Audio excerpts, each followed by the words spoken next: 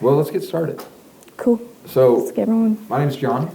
This is my wife, Meleena. We're going to sit down because we feel casual today. And if you don't like that, I'm sorry.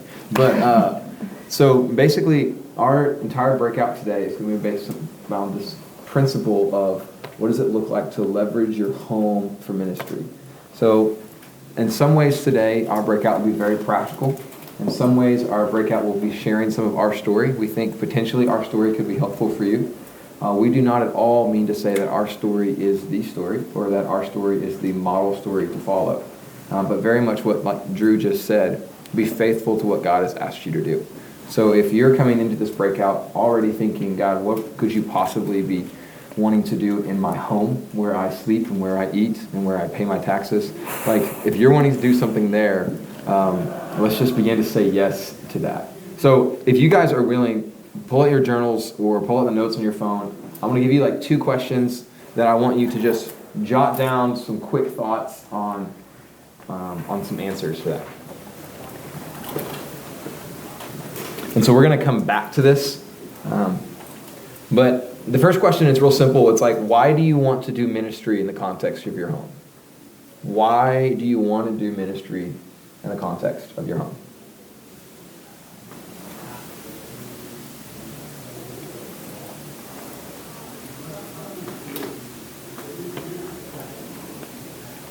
Why do you want to do ministry in the context of your home?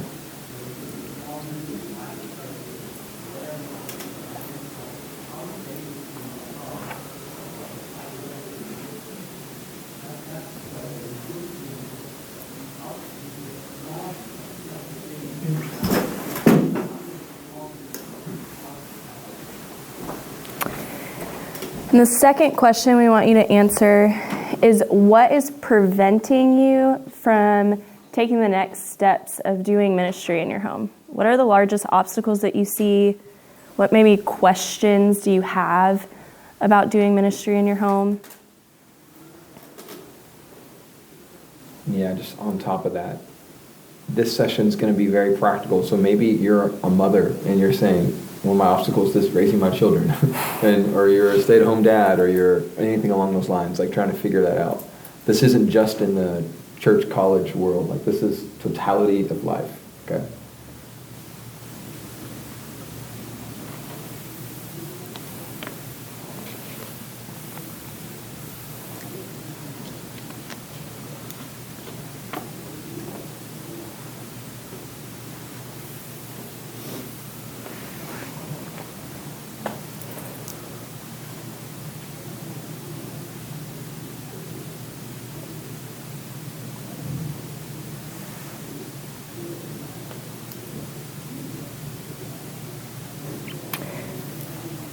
All right, so we're going to go ahead and jump in of just to why John and I believe leveraging your home for ministry matters.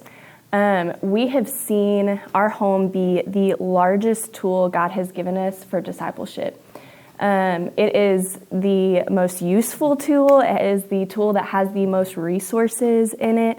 And why we kind of say that is the home is where we have been able to teach livable theology. So it's where we have been able to teach what does it actually mean to show students how to serve one another. We've seen students, we just feel like they don't really know like a pile of dishes is a way you can serve a family of doing their dishes.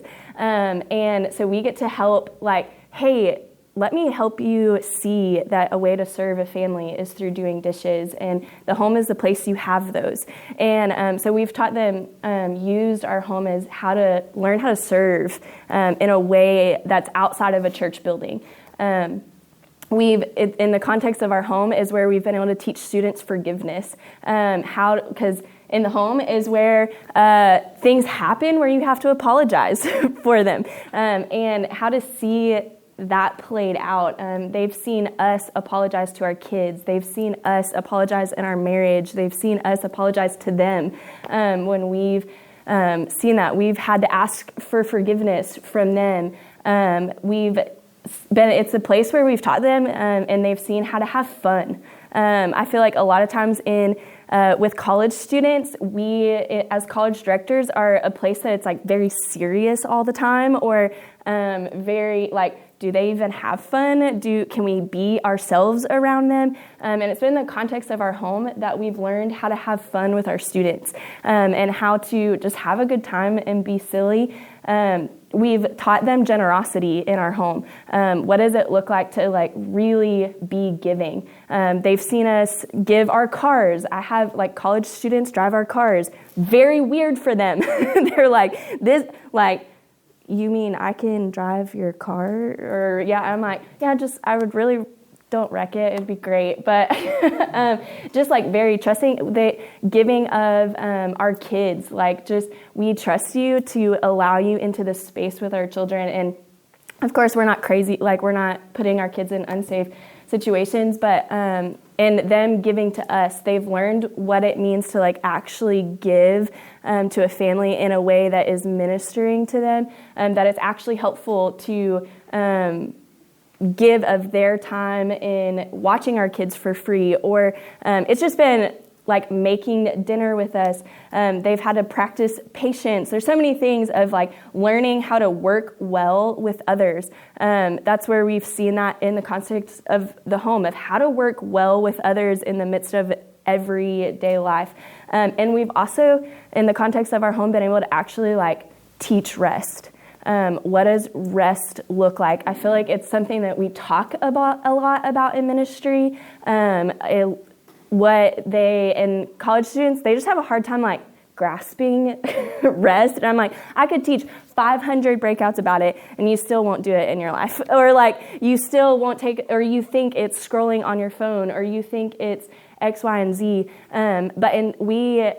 As we strategically have invited college students into our rest, of what does it look like to just sit and be family and play a card game, or sit with scripture or Sabbath with us.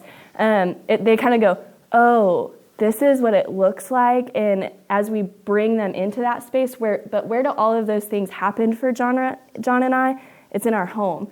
They don't happen on a Sunday morning or in a Sunday school class, and so that's why one of the things that why we just believe leveraging your home for college ministry is the largest tool we have in disciple making, in the daily things, in the mundane things, in the grind of life. So let's just zoom out a little bit here. So we're going to dove right into some of that. So let's just go ahead and zoom out. The basic premise here is exactly what Drew just said. We want to take the Great Commission very serious. And to be honest, all you guys do. You want to be at Roundup if you don't want to take the Great Commission serious. And so the idea of making disciples and teaching students to come to know the Lord, but then begin to obey Him for the long haul. That's what we're about, right? Not just witnessing, but teaching students to know and obey, and in the process make more disciples. That's what we're about. And what we've learned, very much to what Drew just said, so this is going to go very hand in hand, is that you don't do that just by meeting with them once a week. Jesus walked with His disciples. I'm going to get to this later, but Jesus literally slept in the same room as His disciples. He ate at the same table. He walked the same road. We don't think about that when we think about discipleship. We would say, it's a level class, but there's kind of the mentor, the mentee. There's a hierarchy thing here. And when you invite them into your home, you break down the walls. When I'm teaching a Sunday school class, or I'm teaching a life group, or I'm preaching at a worship night or whatever, there's me, I'm on the stage, there's all the lights. If you come hang out with me in my living room, I'm in sweatpants and I'm watching cartoons. It's a different environment. I'm hanging out with my 3-year-old. So everything we're going to say is why we think you should leverage your home for college ministry. We'll share some of our story and give some tips in that. During the midst of that process, you might have questions. We'll do a Q&A at the end. And so questions could be anything from conceptual to super practical. We let students live with us. And so maybe you could have, God's burdened you for that and you want to ask questions about that. Anything that we bring up is fair game. But I want to kind of talk a little bit more about what Meleena said, why you should leverage your home for college ministry. So students learn head knowledge in classrooms, and they learn life skills in living rooms. And if you want to have a livable theology, and that's a phrase Meleena and I began to use. We didn't create that. Eugene Peterson talked about that a lot. If you want to have a livable theology, a theology of here's everything I believe, but also something I practice on my day-to-day, then you're going to need to practice that in the classroom, but also in the living room. And so we see that students can take ginormous steps by being in people's living rooms. If we want them to have a livable theology, they have to sit in both places, living rooms and classrooms. So often we might just do one of the two. Like, just come hang out on my couch and we'll watch a movie and we'll call it discipleship. No, y'all just watch Godzilla. Like, that doesn't count.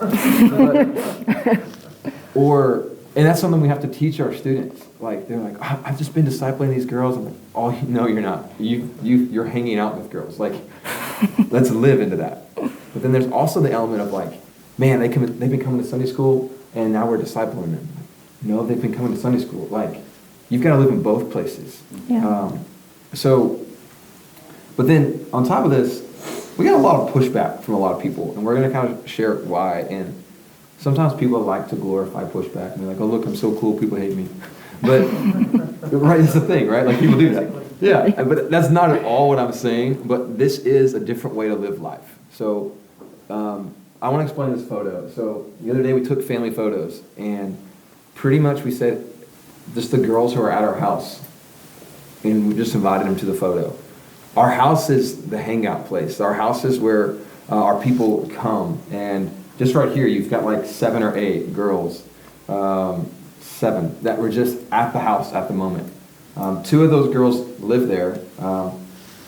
2 more are about to move in. And one of them doesn't live there, but she should, because she sleeps there 4 nights a week. But, like, the principle... She gets the good end of the deal. Yeah, she gets the good end of the deal. The principle of the matter is, like, you open up your home for them, and if they learn that culture, they'll just come. And so we're going to go through a couple photos and kind of share our story, but we wanted just to start with this of, like, it's a lot of fun, which is my point. Some people get really nervous that this is not a healthy way to live your life. This is not a healthy way to have a marriage. You don't have enough boundaries. You don't spend enough time with just you and your spouse. And they say that. God-fearing humans say that. But we've lived a different way. We've lived open-handed, living so much of our life with college students, just in every moment of our life. Are there moments that Meleena and I need to go and go sit at Annie Pasta's and just be by ourselves and talk? Yes, there are. Those moments still exist. But the idea that your marriage will be ruined if you let college students live in your home is a myth. If you do it correctly. And so we're going to talk about that. But it's my favorite way to live. It's my favorite way to live life, knowing that any moment a college student can walk into our house. At any moment they want to come over and watch a movie. They're just coming over to study. They're just coming over to say, hey. We leave the door unlocked, and they just flood in and out. And it's awesome. It's my favorite way to live life. Now, some of y'all, that might be terrifying. But we're going to talk a little bit about our story. So, and then once again, I want to say not to glorify our story, but hopefully we just want to be super, super, super practical, because we've seen our yes to this have tremendous benefits when it comes to making disciples, if you want to use the language of this conference. If you want to use just regular terms, like we've seen students learn to take their faith serious and say yes to Jesus. We've seen students learn how to love each other well. We've seen students create family. And so we just feel like we're creating family often, and that's kind of what we're doing. So she's going to kind of tell where it all began. Yeah, so I started college ministry about 4 years ago. Yeah, 4 years ago, going on 5. And I was newly married, so we got married. I got offered the job of becoming the college director in January by myself with just me. And so that started in January, and then we got married in February. And then I found out that I was pregnant unexpectedly in June. So I was like, hold on, Lord. Like, I just took this college director job, and I'm meeting with girls about 20 different girls, having coffee every hour, and now I'm gonna have a baby, and that doesn't work. Like, the way that I am living life and doing ministry now is not compatible with being a mom and having a baby, and I don't make enough to pay for childcare. And so I just started really like wrestling and really confused with the Lord, and just kind of like put my job back on the table. Like, okay, I guess I need to quit.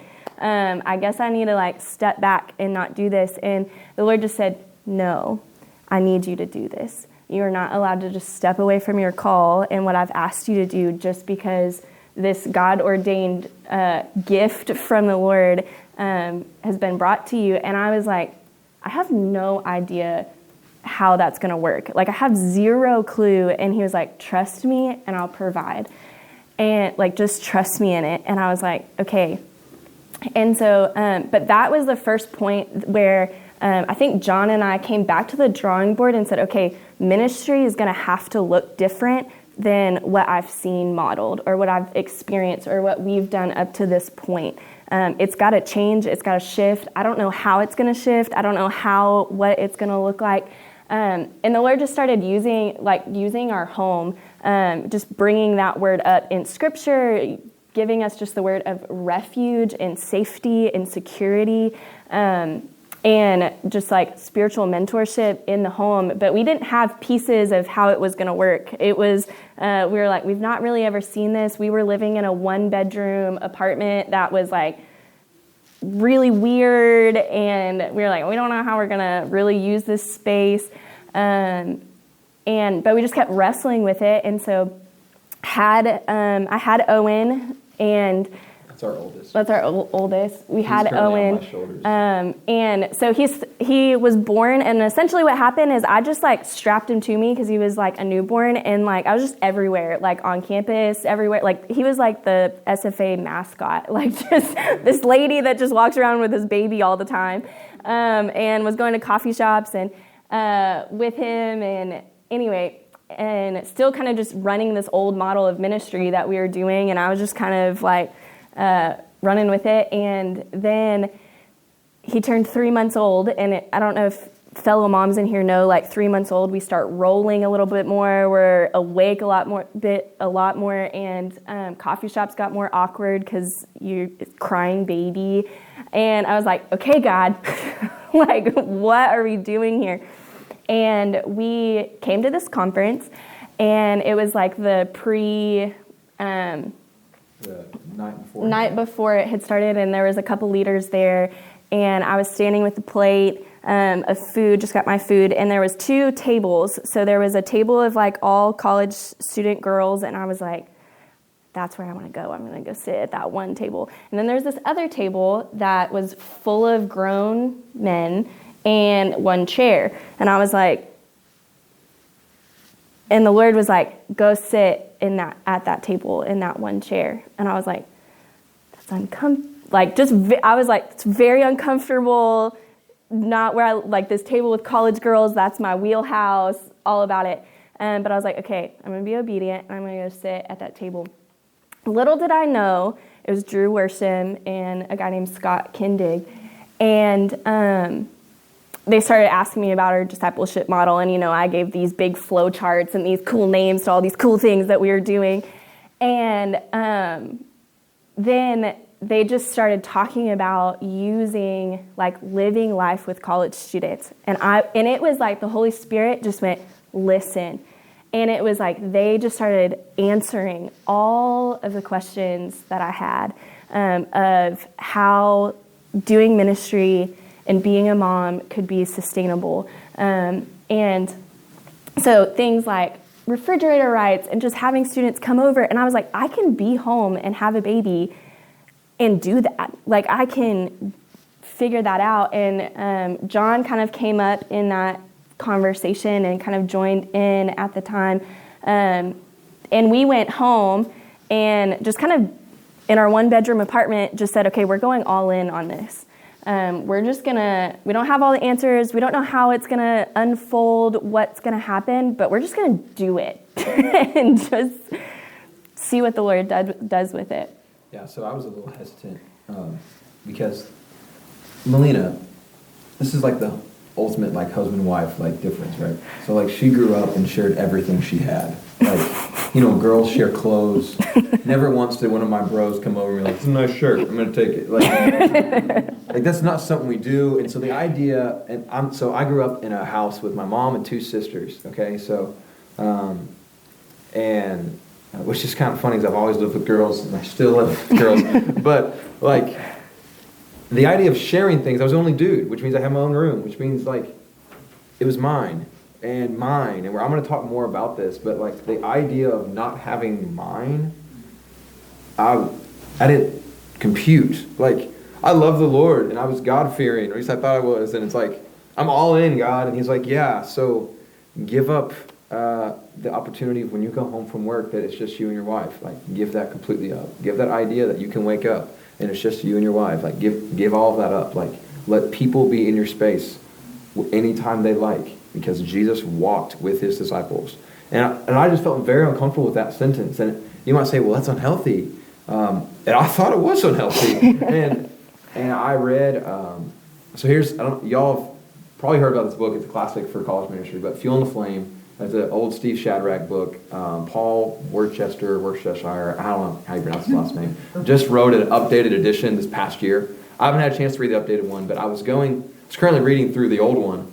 Maybe it was 4 or 5 years ago. And in the back, there's an appendix.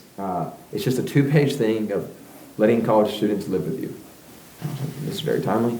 And I remember Meleena had fallen asleep. I was at my desk and I read that. And God just gave me clear direction. It was like, this is for you. This is for you. And I was like, okay, so let's do it.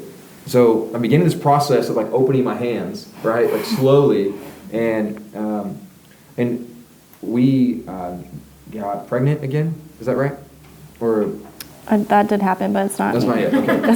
That did. The other baby is ours. But one of the things that happened is I just got ready to move.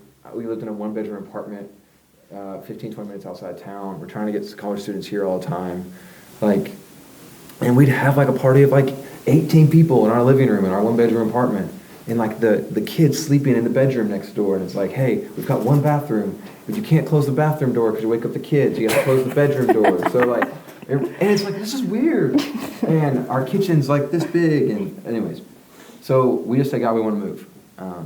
But we have no money. But God, we believe in our bones that the only non-negotiable is that we want to live from walking distance from campus, because we want our house to be a haven for students. And I believe God asked us to do that. And if you know anything about houses by campus, they're valued more than houses not by campus, because you don't actually have people that own houses by campus. Everyone just rents them, because you can put like 9 college guys in it and they can all pay like $300, and so the rent overall can go up really high. And so what we did is one of the grandmas of the lady that Meleena discipled told us there was a house right on campus. I walk out my front door and see our football field, and said we went and walked that house. And that's a really long story. I'll make it short, but she pretty much said like, hey, the market value's here. I'm willing to offer it to you here. Which at first you're like, okay, way to go, God. Until this next part, and I said, well, ma'am, my budget's here. And I just said, ma'am, she like casually went to church, and I said, I'd love to see people come to know the Lord in this living room. I'd love to see people like change their lives right here.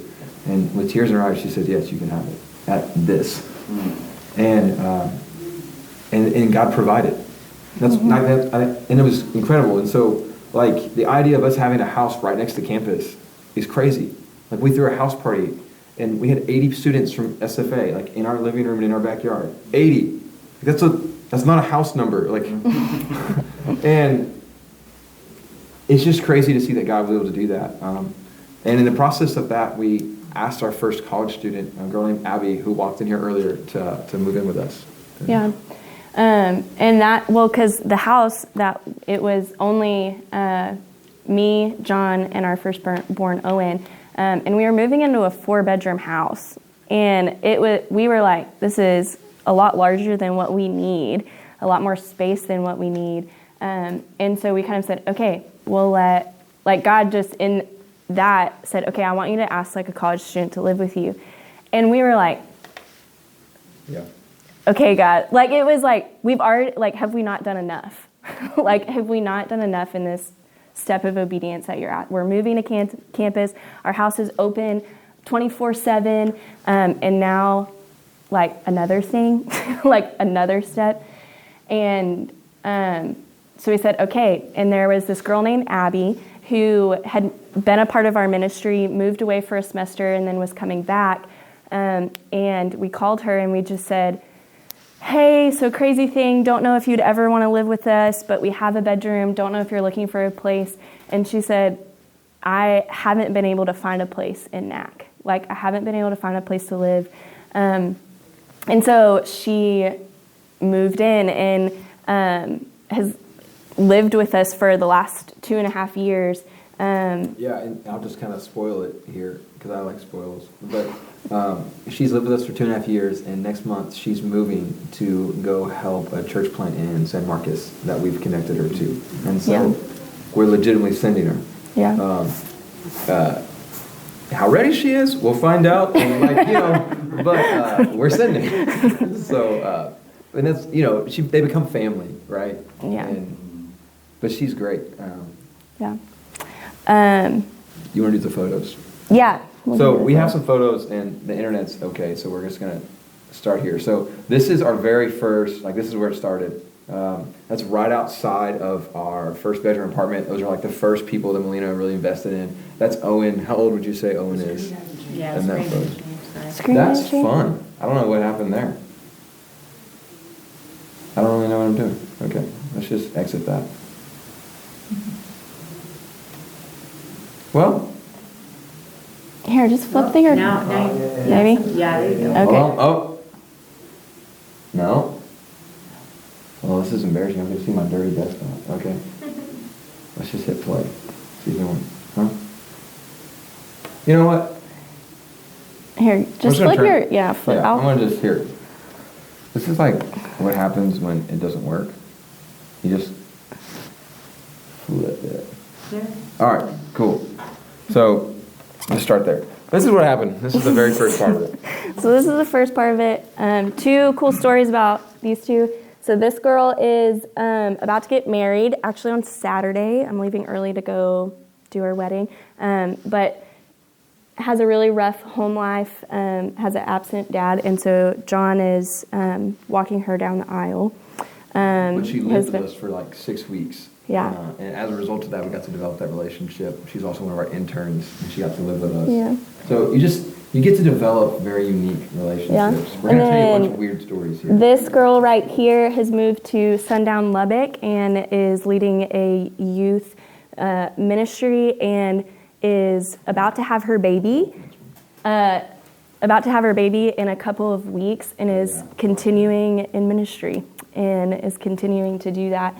That was really cool. She called her and said, hey, I got pregnant and I thought about dropping out of ministry because she was the youth pastor, youth director, and just said, you know what, Meleena, I saw you still do full-time ministry, and so even though I'm going to have a kid, I'm going to keep going because I got to see you do that. Yeah. And so I don't say that at all to just say, my wife's awesome, but we changed the trajectory of someone's life just by saying yes to Jesus, and that was huge. Okay, this is the very first guy who lived with us. He was partying hardcore. He's actually going to seminary here in Fort Worth, going to be a youth pastor. But you get to do fun things too, like this one's fun. Meleena decided to let one of our roommates cut her hair, and this girl had never cut hair. Meleena said, here, you can cut my hair. We just get to invite them into our life. And to do different fun things, or I don't know. This is a family photo. So these are 2 different girls. This girl lived with us for a little bit, and she just got married in December. And just testimony, her family didn't have a healthy marriage, and so she just said it was cool to live with you guys to actually see a healthy marriage. And so she married one of our interns, and they've now graduated from the intern program and are our middle school Sunday school teachers at our church.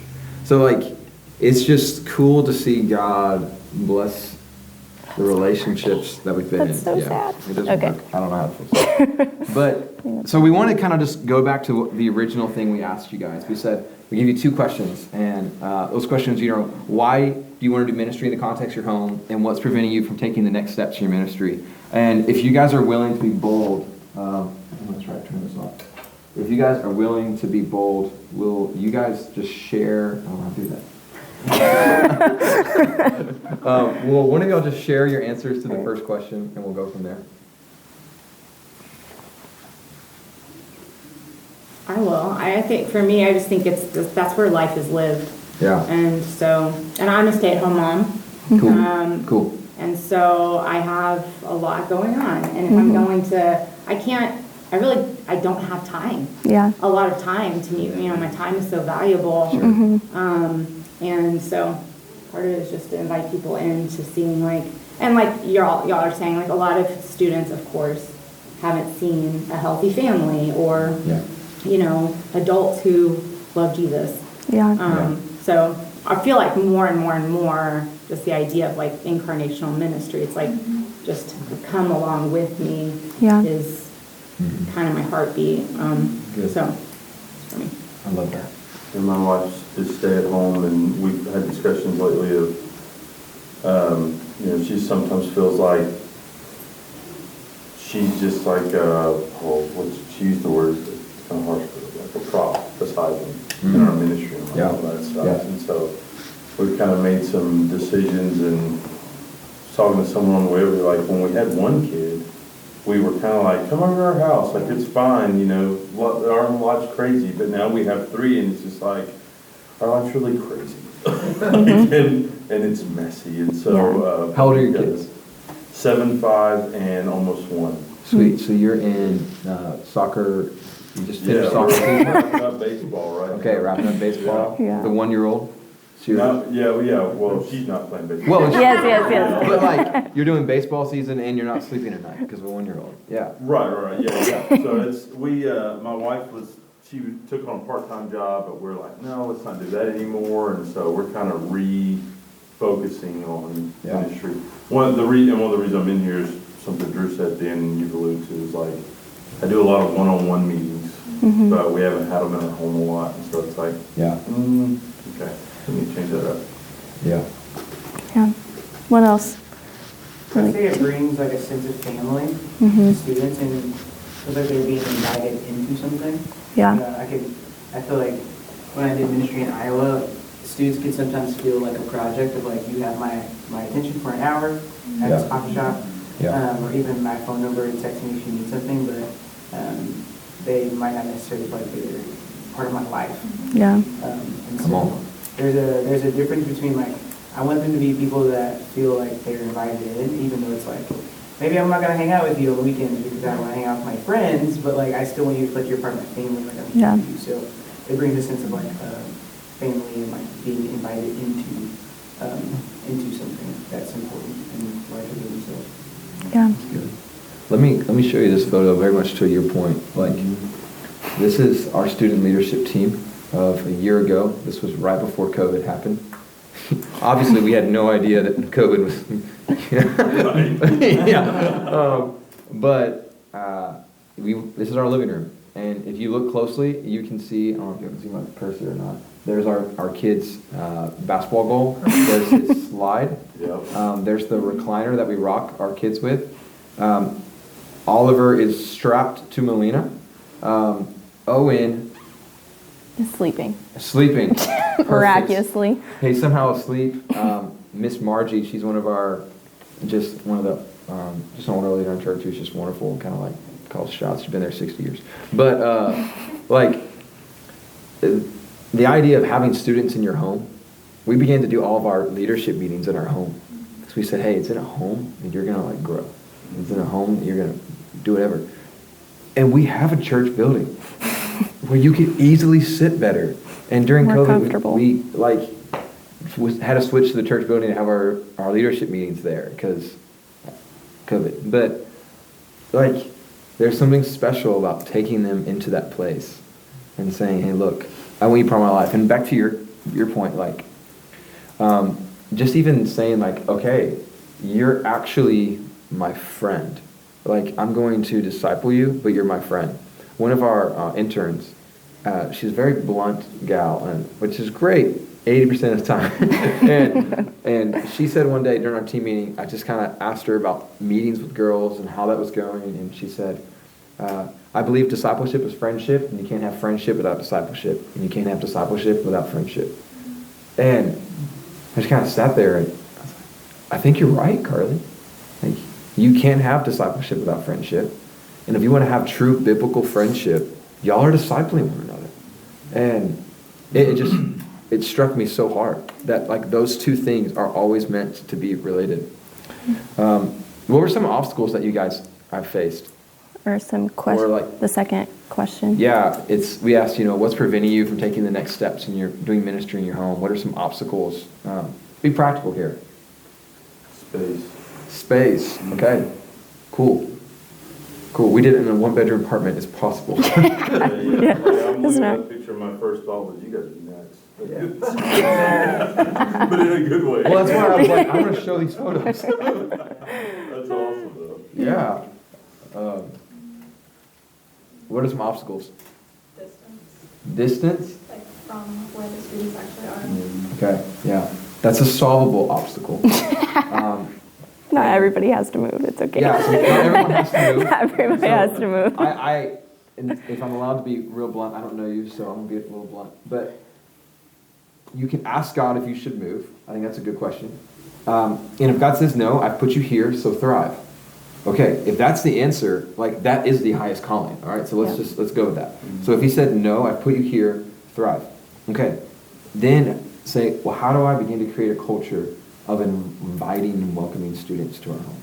In our one-bedroom apartment where we first started, we were, 15, 20 minutes from campus. Yeah. Probably 15. We live in a small East Texas town. Everything's 15 minutes away from everything.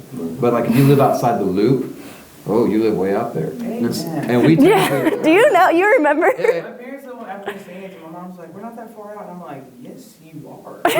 So you're speaking our language. So we live outside the loop, and so like no one's gonna come see us. Like we live outside the loop in a one-bedroom apartment. They still can if you create a culture. And we're gonna talk a little more about that. So that's good. Okay, so we want to share some of the more practical. I want to hear more obstacles. More obstacles. Yeah. Yes, ma'am. Not yet. Any more obstacles? Any more things that were written down?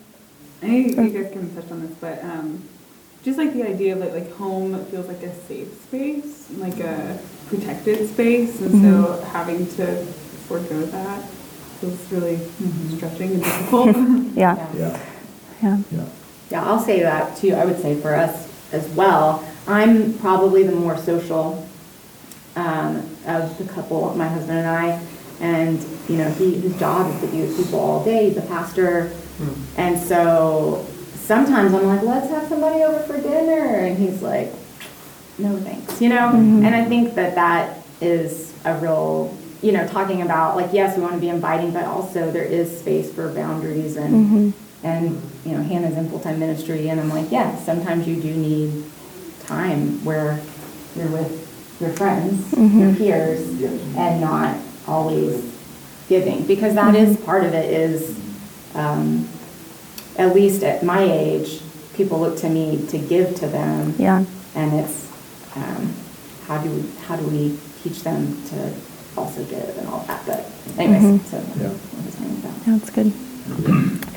And so I think we'll be able to touch on some of those because all of those are really real things and things that we have we still, I think, daily wrestle with of giving of our space and our time. And anyway, just a lot of those things where we still have to, it is what we've realized is ministry and what God has asked of us to do every time is the healthiest space for us. And we Yes, say that one more time. So what God has asked of us and what he's called us to is the healthiest space for us. And we have to trust that, but it's my job to steward my relationship with the Holy Spirit. It is not ministry that is going to mess up our marriage. It is not what God has called us to that's going to mess up our kids. It is not like all of those things. It's us in our flesh that's not surrendered to the Holy Spirit. And so that is where like John and I's boundaries and where our like coming to the table with the Lord has to sit. And if that's the space that we're in, He will protect all of those things and He will keep us healthy all of the time. And but that's like it's seasonal, like it's figuring it out. It's like not writing one rule to last forever. It's going, okay, where our marriage is at right now, like where do our boundaries need to be? Where are the things that we need to set into place? And how do we allow the Lord to come in and shift those things? But anyway, so just some things. So what we have kind of learned by having college students in our home is we've learned that for students, it's healthy for our students to see our imperfections. So it was really hard for me as a mom for college students to walk into my house and it be a disaster. But we have a 3-year-old and a 1-year-old. Like so the knock on my pride of being a good like housekeeper or being a good whatever, and my house to be a complete tornado and the like diaper genie be way too full and my house kind of smells. For them to walk into that, I was like, ooh, that's really uncomfortable because I want you to think that like I have life together and whatever. But as the hardest thing for me when I transitioned into being a mom was realizing that I didn't know how to do it. And I had this picture of this lady that cleaned up her house every time before I came over, and that was her everyday life. And I had to meet that standard everywhere else until I became a mom and I started talking with other moms, realizing, oh, that's not the case. Like, that's not, you just like clean every time before I come over, or you like set your kids straight right before they come over. And it's like for their benefit. And I've just sat with girls that are about to get married and just say like, hey, know that it's okay that you don't know how to do this yet. Like, you don't know how to manage a home. You don't know how, and it's okay that that's a reality. You're going to learn how to do that as you go. You're going to learn how to manage your home. You're going to learn how to take care of your family. There's nothing that you just arrive to and know how to do, you know? But that was like realizing like, okay, I have to learn how to do that. But they had to see, like, it's good for them to see my mess. It's good for them to see that I don't have it all together and that I'm not perfect in it. And the other thing is letting students be with us when we're having fun and when we're resting is actually life-giving for us. That was something that I feel like that was a really big push, is we viewed students as work all the time. Every time a student was around us, was in our home, it was work. And we couldn't not, if a student was around, we couldn't not work. And which is a major problem if they live there, if they're always there. Yep. Yeah. Right. Because then it's like, so your mindset has to change. Yeah. And so we had to learn how to like have fun with students and rest like they were family. Like, I had to take them out of the work category. And there are still times where I know that I have a meeting with a student or a conversation with a student that it is work. And I will not have that conversation in my living room. And I'll set the parameters and whatever that looks like. But when you're in my living room, my priority is family time. My priority is having fun. My priority is resting. And so my goal for that time is not based on who surrounds me, but what the goal for that time is. So if the goal for that time is family time and having fun and whatever and playing, we're going to do that. Like, we're going to build Hot Wheels, and we're going to, like, watch movies. Or, yeah, you have to build them. Those tracks are hard. Like we're gonna do that.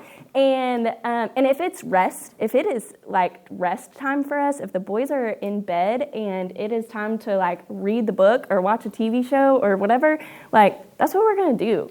So it's a regular practice for us to have students over for dinner, and at the end of that, any of y'all who have kids understand that after dinner is bath time. It's get the boys ready for bed. We have 2 boys, and Joe just to be like, we let them watch an episode of TV before they go to bed. That's what we do. So. Homes is just about survival. Yeah, exactly. So here's what we do. Meleena will often take the boys and say, Owen, it's time for a bath, and Owen runs off and maybe screams, maybe doesn't scream. It's been the day. And so I just stand up and I dress the girls or the guys who are here. I say, hey, this is how this works. For the next hour and a half, we're going to get the boys ready for bed and go to bed. I'm going to do the dishes, and then we're going to clean the house. After that, we'd love to hang out with you. So we're going to treat you as part of the family. As a family, this is what we're going to do. If you'd love to help us with that, we'd appreciate it. And then a couple things happen. They either go bathe our boys. They either begin to pick up our house. Yeah, with Meleena there. With me there. I'm there. Yeah, unless we like really trust them or whatever. But like, or they do dishes with me. Even if they don't do dishes, we have a little like bar that they can sit where the sink's at. Some of the deepest heart-to-hearts I've ever had are like, while I'm cleaning the cast iron, and they're like, so I've been thinking about the call of my life. And it's like, well, let's talk about it. And so in that 6 to 7:30 space, you know, when who knows what could happen, and we're just getting ready to watch Octonauts with our boys, like it's just something we do, and we just kind of coach them in how to live in that space. Yeah. I'm trying to be very practical there. So like just say, hey, that's what we're gonna. And sometimes it feels like, John, you're redundant. You don't need enough. You don't. They get it. But we try to do that. So. But it's crazy. As we've made the shift, I'm like, when students come eat with us, I'm like, praise God. Like, this is going to take 30 minutes, like not even 30 minutes. If it's just John and I'm like, oh, like this is going to take 2 hours to do the dishes, clean the house, get all, whatever. But if we have students there, I'm like, yes. Like, I have somebody else that's going to help me put pajamas on the boys. I have someone picking up toys. I have somebody doing the dishes. And when bedtime comes, I can sit down and we can talk about your life, or we can just build relationships or anything like that. Yeah, so I have moms that are like, I don't know how you do it, and I'm like, I don't know how you don't. Like, it is a lifeline for me to be able to get those things done.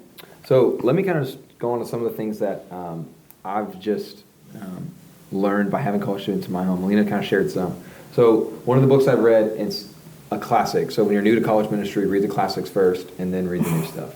So I've been Master Plan of Evangelism. Great book. We make all of our leaders go through it. They jokingly call it the Fredonia Hill book. That's the name of our church. If you're going to be on a leadership team, you're going to read this book. And like, it's 100 pages. I don't understand why you guys haven't done it. We do book clubs. And then when they haven't read the book club, we offer redemption clubs before they try to read it again. But in Master Plan of Evangelism, God just taught me, hey, look, Jesus walked his disciples. He slept in the exact same room. He ate right next to them. And I just began to see, like, we've created this social distance gap in the mentor-mentee relationship. But Jesus walked with his disciples. They were his friends. And we have to kind of like just allow that to be a thing. Now, sometimes they're our friends, and sometimes we very much, like what Drew just said, take on parental roles in their life. I'm 28. I'm still young. But I'll hang out with 18, 19-year-olds, 20, 21-year-olds, and I'll act like their dad. You know, we've got one of the girls who's kind of lives with us, kind of doesn't, and has never, ever, ever had a male speak to her in a proper way, ever in her entire life. She's 21. I'm her dad. And which makes no sense, but I'm not saying I literally am, but like I take that role of being a spiritual father. And because she's in my home, I get to care for her. You just give these opportunities that you wouldn't have had. So they're your friends, and sometimes your relationship looks like friendship, sometimes it looks like parental. And you just have to know that boundary. Now, this is a big one. The next point I've learned is that we really, really, really, really think in order for college ministry to be sustainable, it needs to fit within our normal work hours. And that this is work and this is not work. That's what we think in our head. I go to work, I come home, and I don't have work. And I'm going to challenge you to take that, crumple it up, and throw it away. And you are always working. And you might say, that sounds terrible. And I say, no. Because God said, this is the job I've given you. So push all the pieces you have onto the middle of the table and go all in.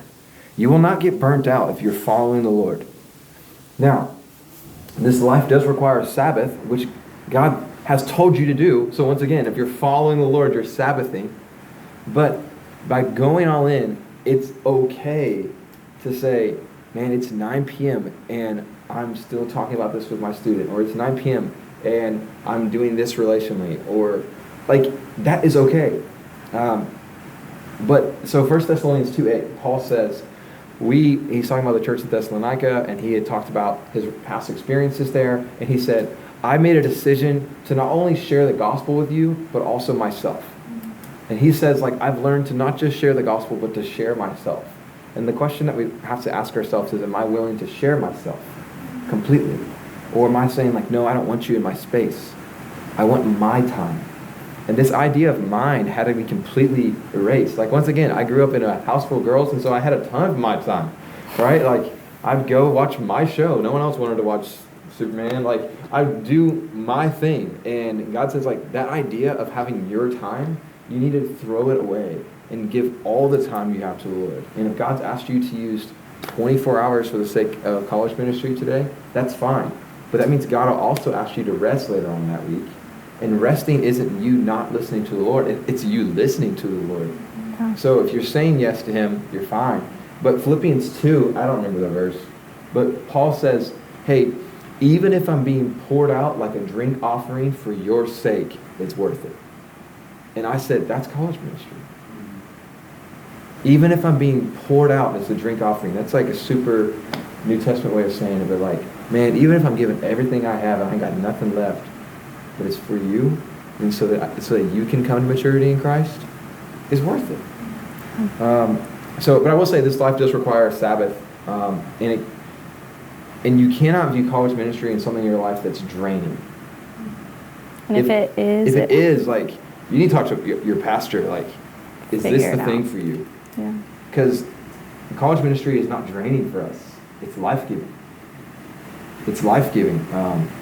But even in the mindset of college ministry being life-giving, there'll be times that you're tired, right? You'll come back from a mission trip and you are just, in the words of my students, zonked. Like, just beat. Or you're, like, you look up and you're like, I've worked 4 12-hour days in the last 8 days. And all the other ones were like 9-hour days. And you're like, oh my gosh, I need to rest. And so what Meleena and I have done is that we've built in a Sabbath into our week. And we have a Sabbath every single week. And we work on defining what Sabbath is. We're still working on that process. But every week, a certain time, the same day, we have a Sabbath. And that never changes.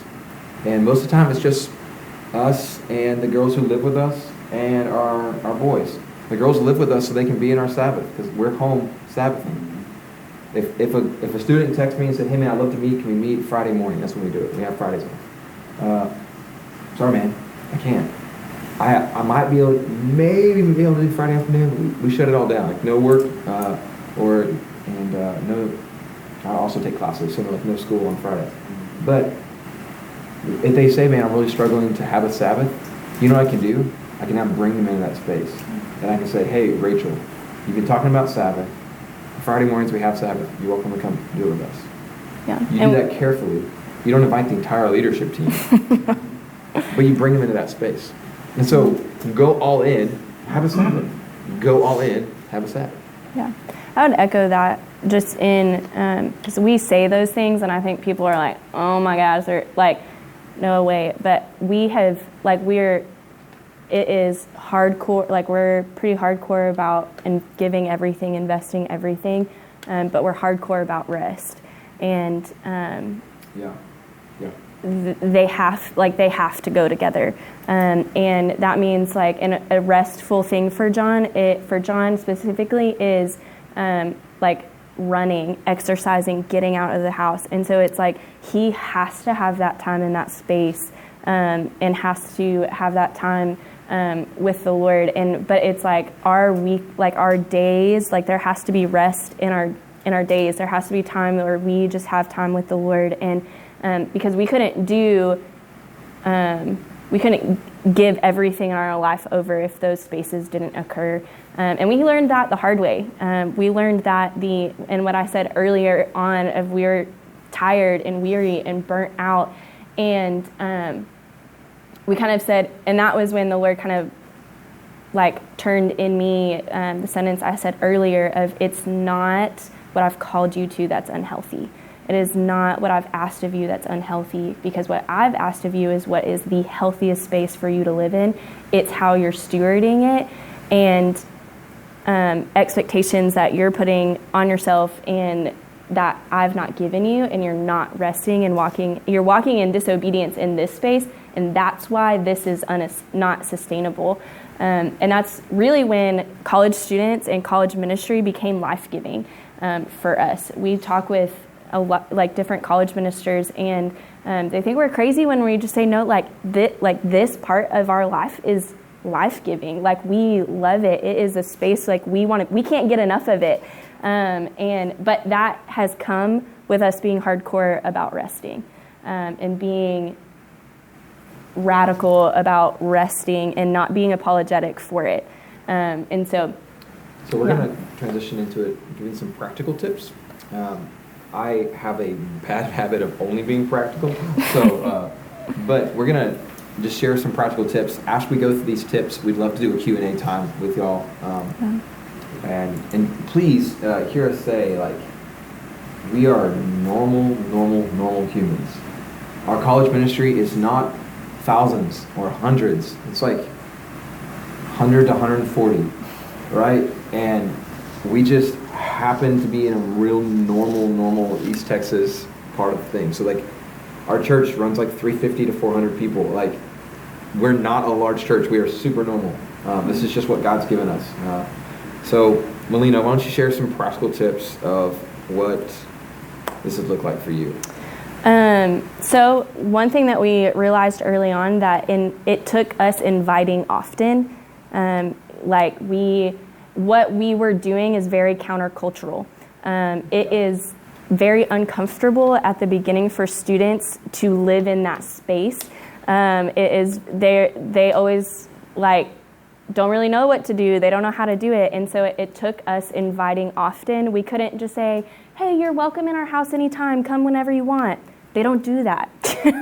They're not going to do that. And I was like, this doesn't make sense. Like, still, we've been saying that, and we've had students that have been in our ministry for 3 years, and it's still like, are you sure? Is it okay? Like, what does this look like? And so inviting often and regularly. We have to say it often, but we also have to be intentional in inviting them to something. And once we can get them in the house about 3 or 4 times, it shifts. Like they go, oh, you're actually serious about this. Like it's actually real.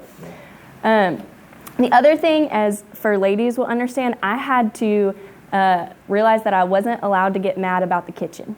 So I don't know about roommates or whatever. The kitchen is a hot button area. Everybody, if you're going to get mad about something with roommates, it's going to be in the kitchen. You're going to be mad about food. You're going to be mad about the dishes. You're going to be mad about your floor. You're going to be mad about your counter. You're going to be mad. And that was a place where I had to say, I'm not going to be mad about the kitchen. And we have, if it's in our fridge, if it's in our pantry, you can eat it. And we tell our roommates, if you put it in the fridge, you put it in the pantry, it can be eaten. You're not allowed to get mad about the kitchen. So sometimes, what does that look like? Like, I have to do a lot more dishes than I want to do. Like, I have to die to self there. I have to, our floors are going to get a little dirtier. But in that, I have seen, the people that are in our home, because we even leverage our babysitting. We have childcare some days, and we kind of ask the Lord, okay, who do you want in our home like that have to watch our kids. And how do you want to use this? Like, how do you want to use who's going to be in our home to watch our kids? And just kind of ask the Lord for a name. And but we've seen, like, over the course, I've seen our babysitters learn how to serve by cleaning our kitchen and doing the dishes. And that's not an expectation that we put on them for whatever, but that was like a big one for me, is couldn't get mad about the kitchen anymore. The other one, we kind of touched on this, but like help them to know how to be helpful, realizing that college students don't know how to be helpful. They just don't know. And I would get frustrated because I'm like, how can you see me doing all these things and not helping me? Like, you're sitting here talking to me and you've been here for 2 hours and I'm running around chasing 2 toddlers. Could you help? Like, that'd be great. But you want my undivided attention. And I realized, like, no, if I help them know how to do that, they'll do it and they want to do it. We have, like, something that we ask our students to do in our life group homes is it's an expectation that they clean up that home before they leave. You take out the trash, you sweep the floor, you do the dishes, and because it's a lot to ask of a family.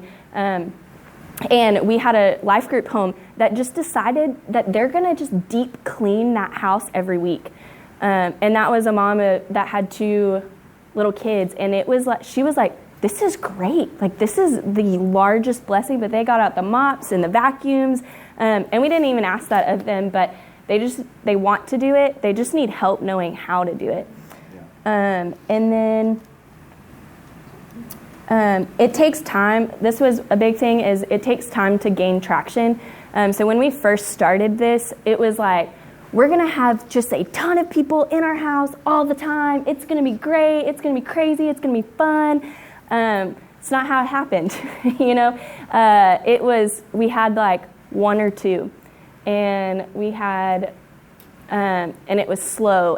But we had to be really intentional of casting the vision in their life, of saying, we want you around a lot. We want you in our home. We want you in our space. I'm going to invite you often. And now we have those girls that started 3 years ago, that are like, they get it. They're in our house all the time. They're helping watch our kids. They're doing our dishes. They're, like, people ask me, like, who takes care of me? And it's the people that I've invested in and trained how to take care, like, have, like, lived life with them. They're my closest friends. Right now, one of those girls is watching our boys this weekend. And I know 100%, like, Owen is going to feel comfortable going to bed with her, like, with their family. She's going to, like, she knows the ins and outs of our home, because she became family in that. And now it has a lot more traction because our students are seeing other students do it, but it didn't start that way. It was very, very slow. It was very like, is this ever going to happen? Is this real? And so I wish someone would have told me that at the beginning, that, like, it takes time to kind of figure it, and value the few that God gives you in that space. So I'll just give you a couple of my practical tips real quick. So something real practical that we do is we have dinner at the same time every night. So dinner's always at 6 p.m. at the James house, because you do not need an invitation to attend dinner. Dinner's at 6. You can just show up.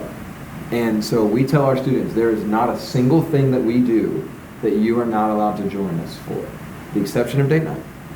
Like, if I'm going to Annie Pasta's, which we never go to, but I'm bringing it up. If I'm going to Annie Pasta's, you're not welcome. I need to talk to my wife. There's not a single thing that we do that you're not welcome to. I'm mowing the grass. Come on. We're watching a movie. Come on. We're cleaning the house. Come on. Like, doing nothing, which is like 80% of what we always do. Like, just come on. So we have dinner at 6, so they always know when dinner is. And one of the things that we do is we go to bed when our students are still there. So let's say you have, the other day, I sent a text to our leadership team. I said, game night at my house, 8 p.m. 25 students showed up, one text. I went, oh, that was a bit much. Okay. I kind of got nervous. I was like, COVID, we might have made a mistake. And we hung out, we played for 2 hours. I got really tired. So I went to bed. They stayed there till about 1:30. and they locked up and closed the doors. Like, students know how to shut a house down. Like, Just gotta tell them to do it. just, hey, when y'all leave, like, You do have don't to let tell. me going to bed stop what y'all are doing there. Because you want them to create memories in that living room, in that dining room. You want them to create that memories because they'll keep coming back. And when they keep coming back, they'll be formed, they'll be discipled if you're intentional with that time. And so we give them fridge rights, like you said. We go to bed and let them shut down the house. And then just the last kind of thing I would say is vocalize the kind of culture you want to have in your house. If you don't vocalize what you're trying to accomplish, people just think they're hanging out. But if you vocalize like, hey, this is your space. We want you to be here. We want you to know that you're loved and cared for and that you're a part of our family. We have redefined the word family. Family does not mean our last name is James, the James family. So Meleena, John, Owen, and Oliver. That does not mean that. Abby lives with us. She's family. Like, the word family time doesn't mean just the four of us, because it's life-giving to be with college students. Have time to rest, but it's life-giving. And I get it. Like, you might first thought, oh, they're going to talk about like inviting people over for dinner a couple times a week. That's going to be good for me. And you come in here and we're like, everything you do, you can have a college student with you. And you're like, well, that's a bit much. And I get it. But then I look at the life of Jesus, and there's not he went off and prayed, and you should too. Mm-hmm. He went off by himself. But even in Gethsemane, he brought a couple people with him and just said, I want your company. Like, he walked with his disciples. There's a couple times like where Jesus got left, like woman of the well, John 4, and they went off and go figure out things they didn't understand. But like Jesus was left, but everything else he did with them. Majority of the time. But yeah, and it blew my mind when I just let that truth really sink in. So if you practice the practices of Jesus, solitude, Sabbath, prayer, walking with people isn't taxing if you're practicing the practices of Jesus. Now, you got to practice those. But that's where I find myself. So we actually only went through about half of our notes because we're running out of time. But we'd love to answer any questions you guys might have. And you guys could actually stay late if y'all wanted to. But can we answer any questions you guys might have about leveraging your home for the sake of ministry?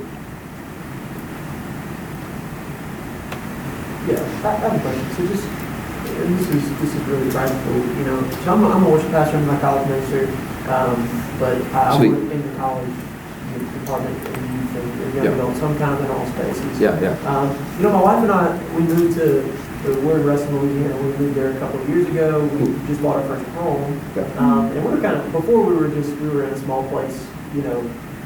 I'm looking back, I'm like, maybe we wasted that time, but whatever. It's behind. So we just moved into a new home that's a lot more compatible with, or in our mind, more compatible with having students over, and really just ground zero starting. What you guys are talking about, man, it's easy to get excited about that. I know, like you said, that's not day one. Mm-hmm. Our house looks like this. You know, recently my wife and I have been talking about just carving out space for that to happen, taking some things off of our calendar to make time for this to happen. We, you know, before I came here, you know, we talked about, okay, this summer we're going to try to be intentional with trying to use our home more for ministry. So just ground zero, let's just say and we have people over every now and then, but ground zero, we want to build to the point to where you guys are at now. What are the first practical steps? Is it like we should maybe commit to having people over, you know, a couple nights a week? Is it like, how do you even start with creating that culture? So you're in Ruston, Louisiana? Ruston, Louisiana. All right, and you're a worship pastor? Yes. Cool. So my background's worship ministry. Okay. God called me to college ministry. Okay. And what's your wife's name? Marissa. And your name? Zach. So Zach and Marissa. Awesome. My very, very, very first thing I would say is you and Marissa get on the exact same page. Yeah. Which may already be the case, but like you mentioned earlier, kind of like extrovert, introvert kind of thing, like get on the exact same page. That's super helpful. But building from there, So I heard someone say, like, listen, I'm not a guy who should give a lot of advice about parenting. I have a 3-year-old and 1-year-old. Like, I know nothing. But, like, in order to win the game of parenting, you have to show up, right? Like, it's impossible to win it unless you show up. If you're an absentee parent, you're not going to win the game of parenting. So if you are available for students, that is huge. So during the summers, we live in a college town, and during the summer it's a ghost town. And so every other Friday we have game night, hang out at our house, where it's like, it's structured. So sometimes things that are structured lead to the unstructured. That makes sense. So set in something that's structured, even if it's just like a dinner where there's 3 students you want to invest in, and hey, on every other Friday can we get dinner at our house? Like, starting in that would be huge. I would add to that, starting with the students that you already have a relationship with. Yeah. So like the students that you already have some discipleship voice into their life, just kind of like bring it to them. And we said like, hey, that's what we started with it was the few that we already had relationship with, and kind of said, for me, it was a shift that had to occur. It was kind of like, I can't do these hour-long, once-a-week meetings anymore because I have a baby and it's not possible. And so this is what we need to like transition to. And so it moved, like instead of one-on-one, I moved them into groups. And so I would still meet with them like in a large group. But I said, if you want one-on-one time, you have to just come into my everyday life. But then I got the invite often. I sat down and kind of looked at all the things that I needed to do as a mom and said, okay, what can I invite college students to do with me?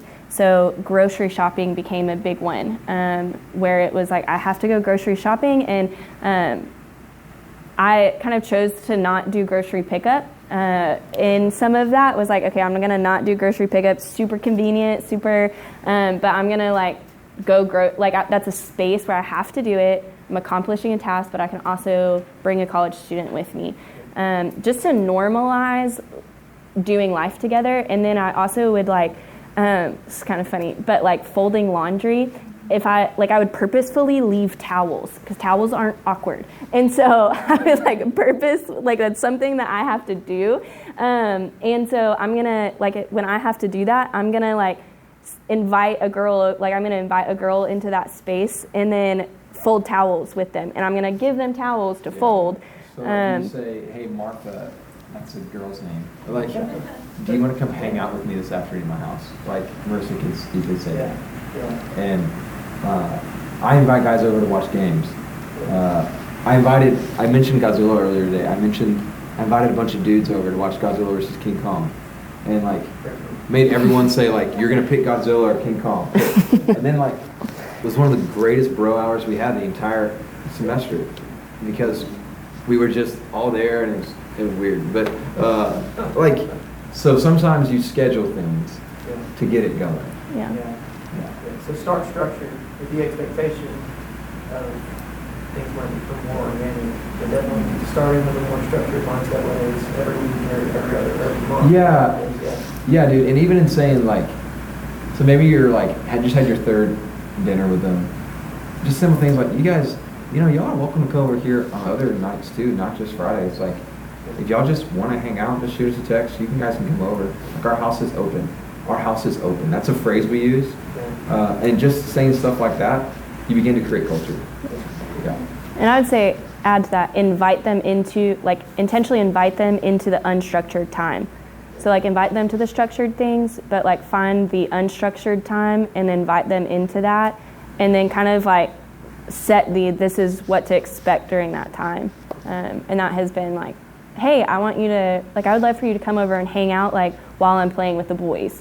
And they're cool, want to be there. So. Can I add, I think something that I'm observing that you guys do that's really good is they seem very vocal about what their intentions are. And sometimes I feel that's a little, maybe, Yeah. I mean, it maybe feel a little awkward to be like, hey, I'm going to be intentional with you and I'm going to tell you exactly what I'm trying to accomplish here, because you don't want people to feel like a project, because they're not a project. Right. You don't want to treat them like it. But anyways, I just think that that's really, like, I want to applaud you guys for doing that. And I think that that's something that I might do a little differently. From here on out, just being, and even the things like, hey, we're going to treat you guys like family.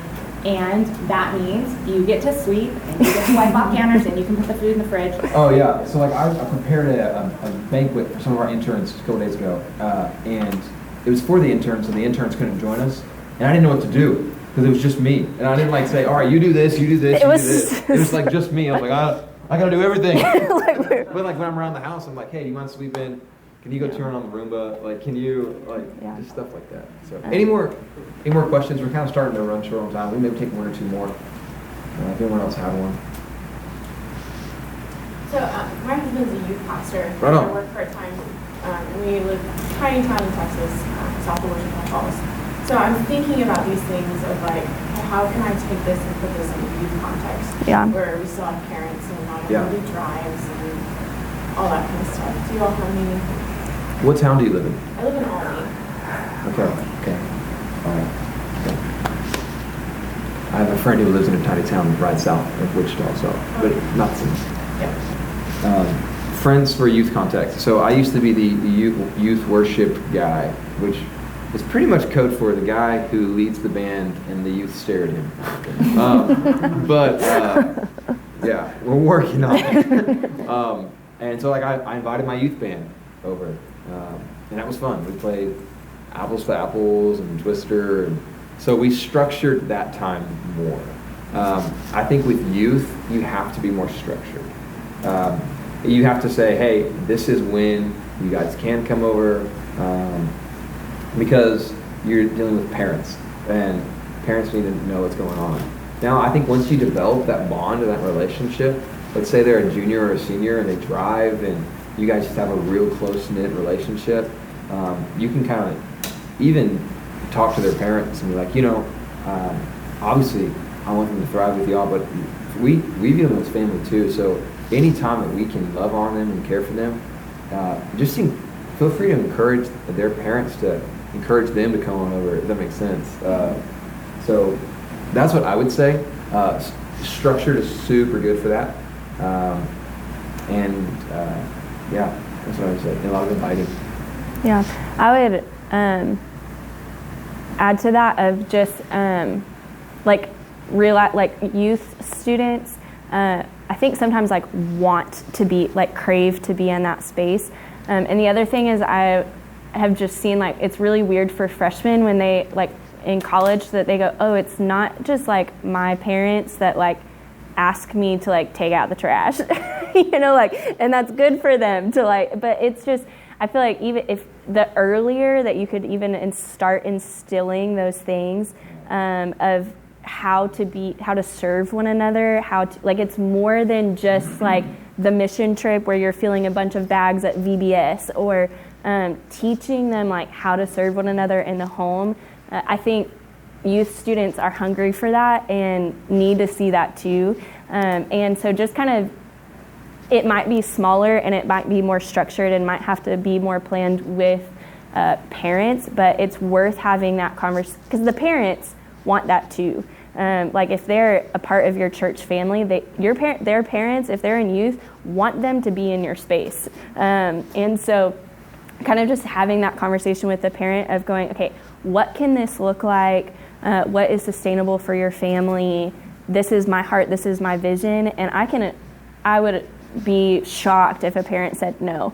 I would be shocked. They're like, I'll drive them, drop them off 6 hours, 12 hours, the whole day, go for it.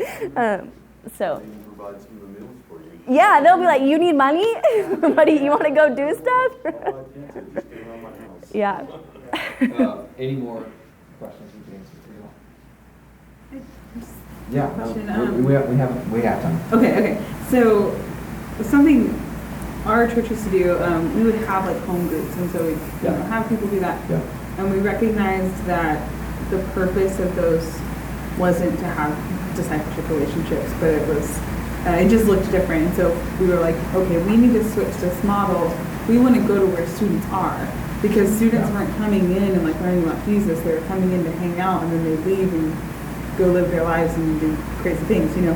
So we're like, okay, like we want to start discipling students where they're at. So we switched our model to like be on campus more. But so now I'm just kind of like, man, how do we, because it seems like this is like beautiful, you know, and like really amazing. So how do we accomplish those things together, where we're actually like going to where students are and meeting them there, but also having this like appropriate balance of also welcoming them in and like loving them in our homes too. So I don't know, do you have any thoughts on that? So I would say we live in like both places. This is we have like lost students that come into our home and that we meet on campus, and but the majority of these students that are around us and are in our home have kind of like already signed up for what we're about. Like they're plugged in, they're invested, they're a part of our leadership team, and those are like the people that we rub shoulders with daily. But we are regularly pushing them, and a lot of our ministry is still focused on campus. So this is kind of our, like, the only structured time that we really have at our home now is our life group and like our once a month leadership team meeting. And the rest of it is all kind of inviting, just like, hey, game night, hey, eating dinner, hey, whatever. But the rest of our organizational ministry is outreach on campus. So we still have like coffee stand on campus. We still have once a month events on campus. We still like are regularly pushing our students to be missional on campus. And then as that occurs, what quickly happens is they get brought into our home. And so that, I don't know if that kind of like answers your question, but our discipleship piece is in our home. Our evangelistic piece and push is on the campus, and those two have to be present. For this to even work or be possible is, we have to go. And so we're going and pushing students to go, and as they're kind of coming and wanting to be discipled and stuff, the discipleship is happening in our home. And the other part that and there's lots of different models in empowering students and stuff like that, we get it.